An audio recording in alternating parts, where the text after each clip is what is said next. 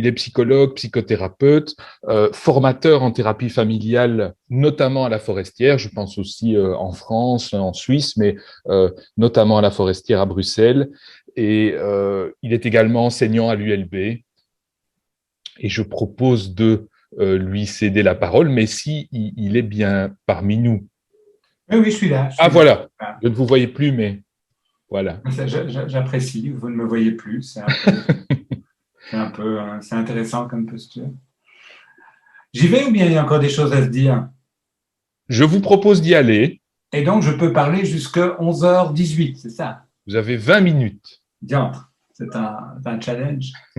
Euh, mais écoutez, moi, je suis un peu inquiet, en fait, que vous m'ayez invité, à vrai dire, parce que depuis qu'on a commencé cette matinée, se succède une série de gens qui sont très au courant, très précis, très pointus, très au courant de tout ce qui se joue, se trame, s'attend, se craint ou effraie. Et moi, je ne suis pas dans tout ça. Je suis un petit épicier de province qui va en détail. J'ai une connaissance beaucoup plus modeste de la chose. Et donc, je voulais vous proposer, puisqu'on n'a que 20 minutes, un exercice idiot, très simple, mais très idiot. Je voudrais vous demander de vous imaginer sur la plage d'Ostende vers 5 heures du matin, assis à même le sable. Le sable est encore légèrement humide de la dernière marée. Le vent souffle. Au loin, vous entendez les vagues et vous profitez de l'instant. Et dans cette configuration, vous avez deux possibilités à vous. Vous pouvez dire c'est la plage d'Ostende, c'est la mer, c'est le sable, c'est le vent. Vous pouvez définir l'environnement dans lequel vous êtes, lui donner une définition précise en l'installant dans une temporalité précise et dans une localisation très précise, lui donner un espace et un temps et vous installer avec clarté et définition dans cette chose. Définition, c'est un mot qui est celui sur lequel je voudrais vous arrêter quelques minutes au détour de cette question sur la santé mentale du futur. Définir, étymologiquement, ça vient de finir, arrêter quelque chose. Donc, on définit les choses, on les assigne à résidence, on leur donne un arrêt qui permet de les voir, de les penser, de les sentir et de les partager.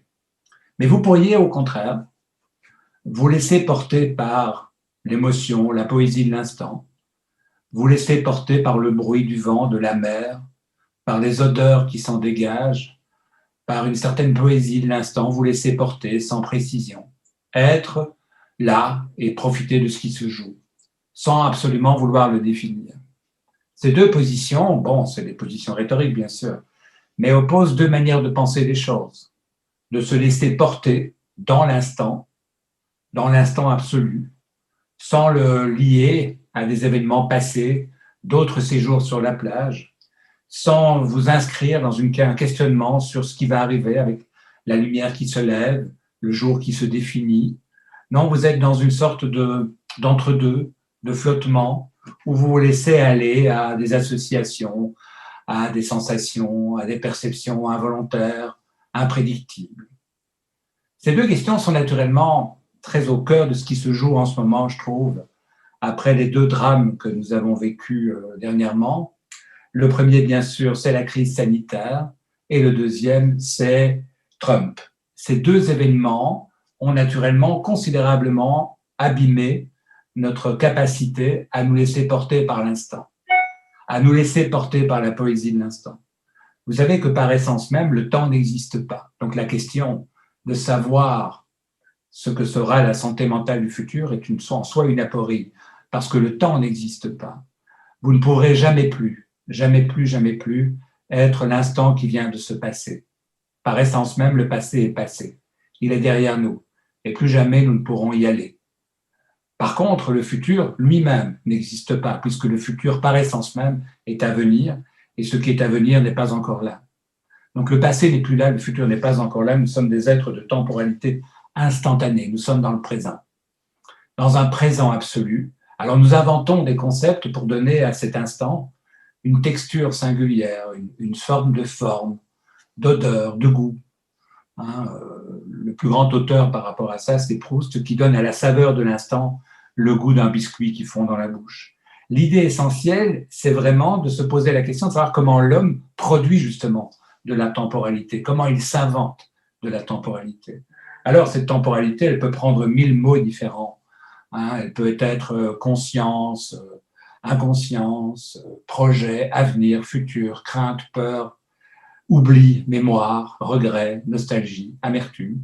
Ce sont tous des mots qui disent comment on habille le temps pour lui donner une texture, pour lui donner une saveur, pour nous amener à rebondir sur la phrase, l'oxymore de Christiane qui dit on n'arrête pas d'avancer, c'est-à-dire quelque part une sorte de mouvement perpétuel vers quelque chose qu'on n'atteint jamais. Et donc, ce qu'elle propose dans son titre est une sorte de belgicisme qui dit qu'on ne peut jamais s'arrêter d'avancer, mais bien sûr, on ne peut jamais s'arrêter d'avancer, sauf lorsque l'on est en crise sanitaire ou lorsque survient un dictateur fasciste comme Trump ou Bolsonaro ou Erdogan, ces gens, quelque part, qui viennent polluer la capacité de penser. Et pour moi, la santé mentale du futur, la question qu'elle doit véritablement se poser, c'est comment restaurer, dans un espace abîmé comme il l'est depuis longtemps et comme il l'est plus gravement aujourd'hui, un espace de délibération, un moment où la singularité de chacun peut se déployer avec force et vigueur.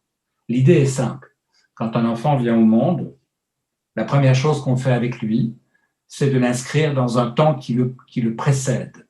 On lui donne un nom de famille, on l'inscrit dans un groupe, et donc je vais prendre Madame Lambert, et quand Madame Lambert est née, on lui a dit qu'elle était une Lambert.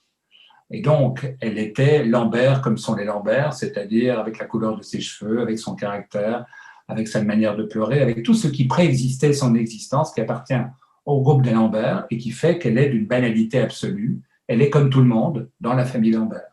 La première chose qu'on a fait avec Madame Lambert, c'est de la banaliser. C'est de lui dire qu'elle était comme tous ceux du groupe desquels il est issu. C'est très important d'être semblable, d'appartenir, d'avoir un groupe, d'être dans un mouvement qui vous fait accéder à une histoire qui n'est pas la vôtre, mais qui deviendra la vôtre et qui entraînera chez vous des mécanismes de ressemblance, de mimétisme, d'imitation, d'identification. Après, avec Lambert, ça veut dire, je sais pas si, parce que je sais pas, vous avez entendu que la plupart des personnes qui ont parlé avant ont eu des métaphores géographiques. Lambert, c'est un mot géographique, ça vient de Land, pays, et Berthe, ça veut dire brillant. Elle vient d'un pays brillant. Lambert, ça veut dire ça. Et donc, on vient de quelque part, on a une histoire. Comme l'a fait Madame Bontemps, elle nous a raconté l'histoire de la santé mentale en montrant qu'on était d'abord des hygiénistes et puis des guideurs et que peut-être maintenant on est des flotteurs. Et l'idée fondamentale, c'est qu'on a une histoire qui réfère à la ressemblance. Et puis, on a le contraire. On a le contraire qui est que de Madame Lambert, banale chez les Lambert, elle est devenue Marie, c'est-à-dire une singularité, une différence, quelque chose qui n'est pas comme, quelque chose d'exceptionnel, quelque chose de différent. Je ne sais pas si vous savez que le premier livre qui s'intéresse à la santé mentale, c'est Frankenstein, qui évoque le danger de ne pas être semblable dans une société. C'est un livre sur la souffrance liée à la différence, Frankenstein. C'est absolument pas un livre d'horreur, c'est un livre sur la santé mentale, c'est-à-dire comment cet être difforme, informe et monstrueux effraie tout le monde et donc meurt de désespoir. Comment la communauté, par l'appartenance et la banalité, confère à l'homme une certaine forme de sécurité mentale. Et puis on est différents. On est différents, et donc Madame Lambert, Marie Lambert, elle a dû résoudre cette question fondamentale qui est la nôtre. Comment suis-je comme tout le monde? Comment suis-je banale? Comment suis-je singulière? Comment suis-je différente? Et donc, elle a mis en mouvement ce geste premier de notre santé mentale qui est « je suis comme tout le monde comme personne » ou « je suis différent comme tout le monde ». C'est-à-dire ce mouvement complexe, identitaire, c'est-à-dire à la fois de pouvoir être banal, semblable, inscrit dans un groupe, ressembler, me différencier, me singulariser, atteindre cette forme de santé mentale qui est que ce que je suis n'est pas ce que les autres sont. Les deux dangers majeurs qui pèsent autour de cela, bien sûr, vous le connaissez, c'est ce mouvement perpétuel de l'homme qui est de se sentir semblable au risque de s'étouffer et de se perdre dans la banalité, et donc de disparaître, ou bien de se singulariser tellement que de perdre tout ancrage et de n'être qu'un être de différence. La santé mentale d'une société, c'est comment un groupe autorise aux gens qui le constituent de se promener de ces deux pôles. Comment puis-je me rassembler sans disparaître?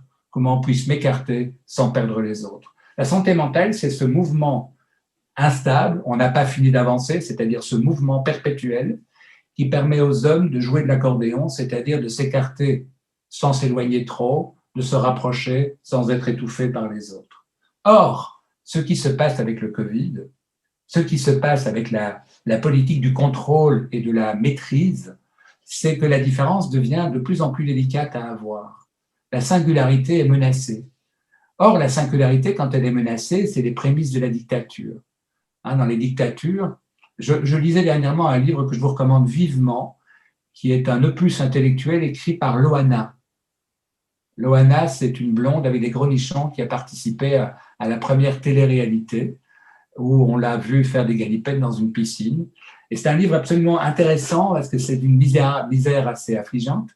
Mais tant que dans une société, chacun peut avoir un droit à exister, avoir une parole, même si la sienne n'est pas d'une élégance absolue et qu'on peut craindre que ce ne soit pas elle qui écrit le livre, et bien quelque part, on est dans une certaine forme de santé mentale. Car dans les dictatures, la seule personne qui peut être racontée, c'est le dictateur.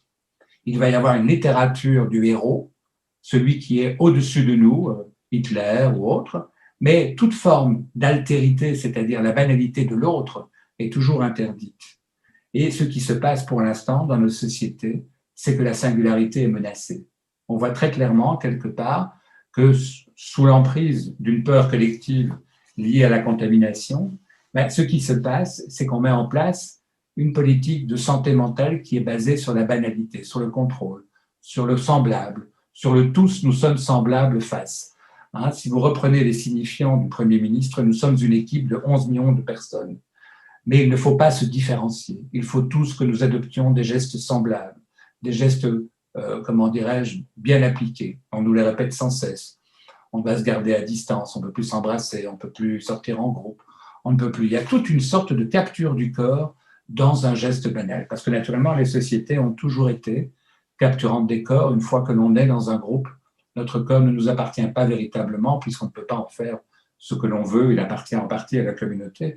Et la crise sanitaire est encore venue l'insister avec beaucoup plus. Et on voit clairement, par exemple, des gestes de plus en plus fréquents qui est l'explosion des suicides et l'explosion des suicides à avoir avec cette capture des corps, cet empêchement d'être, cet empêchement de se différencier, cet empêchement de pouvoir dire je. Il y a beaucoup de gens qui se suicident pour se réapproprier leur corps, un peu comme s'ils étaient capturés par une sorte d'appartenance et d'assignation à résidence. Trump, si vous écoutez, il faut écouter Trump. Lui porte un prénom qui ne lui va absolument pas, puisque Donald, ça veut dire généreux, généreux pour son peuple. Donc c'est un mot naturellement qui ne veut absolument pas dire ce qu'il est. Ça montre bien quelque part qu'il n'y a pas de prédestination au prénom. Mais l'idée fondamentale, c'est que Trump est pour un discours de banalité. Chacune de ces fake news commence par une phrase rituelle, qui est toujours la même. Beaucoup ont dit.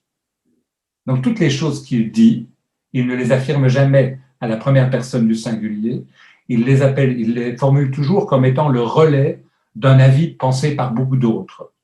Donc Trump n'est pas un homme qui dit ce qu'il faut dire à son nom, mais il s'inscrit dans une sorte de banalité. Beaucoup de personnes autour de moi pensent comme moi, et je ne suis que le porte-parole d'une parole collective. C'est aussi un empêcheur de différence, c'est aussi un empêcheur de singularité. Nous sommes donc dans une société où le temps est un temps singulier, celui de l'arrêt, car nous sommes dans une situation d'arrêt majeur qui est celle d'attendre. Mais on a bien vu dans le dessin que nous a proposé Christiane, le chat qui attend le bus. Mais le bus, normalement, il vient. Il y a un horaire à son attente et normalement, on doit, à un moment ou à un autre, choper le bus. Tandis que nous sommes dans une société où nous sommes, pour l'heure, assignés à résidence et assignés à temporalité. Dès lors, tous les cliniciens, pour reprendre la proposition de Luc disait qu'il faut 3 définitions à la question, éthique, politique et clinique. Je ne sais pas si vous savez que ces 3 mots veulent dire à peu près la même chose, c'est-à-dire une gestion de l'espace. Éthique, ça veut dire lieu de vie. Étymologiquement, éthique, ça veut dire lieu de vie. Les habitudes que les hommes ont à un endroit précis. Éthique, ça veut donc dire la capacité de partager avec d'autres une manière de vivre en un lieu. Politique, ça vient de cité, de polis, qui veut dire la ville, comment les hommes vivent ensemble. Et clinique, ça veut aussi dire lieu, puisque clinique, ça veut dire celui qui se met au chevet de celui qui est au lit. Donc, soigner à proximité du lit. Ce sont trois assignations à résidence, l'éthique, la politique et la clinique. Et donc, nous devons nous poser la question fondamentale de comment la santé mentale peut investir d'autres espaces, d'autres lieux où exercer son regard. Je prendrai simplement une petite expérience à laquelle j'ai entendu parler, qui est ce qui se déroule à Louvain-la-Neuve, où les gens du centre de santé mentale de Louvain-la-Neuve organisent des promenades incertaines autour du lac. Donc, quelques étudiants, c'est principalement des étudiants, viennent et ils font une promenade en compagnie d'un clinicien. Ils font le tour du lac. Ils discutent à la fois de la politique générale, de la crise sanitaire, mais aussi de la nouvelle coiffure des lieux des Roupeaux ou de la nouvelle forme que va prendre, je ne sais pas moi, l'équipe de football qui va jouer ce soir contre une équipe, je ne sais plus laquelle.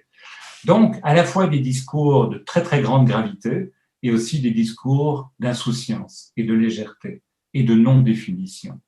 Car au fond, c'est peut-être ça que j'essaye simplement de vous dire, c'est que je vois que le temps file et que je me rapproche alors que j'ai à peine terminé mon introduction, mais donc l'idée essentielle, c'est de questionner la santé mentale, comment elle va pouvoir restaurer, à mes yeux, quelque chose qui est totalement disparu, et comment elle devient un lieu politique, éthique et clinique pour maintenir vivant ce qu'on appelle la délibération.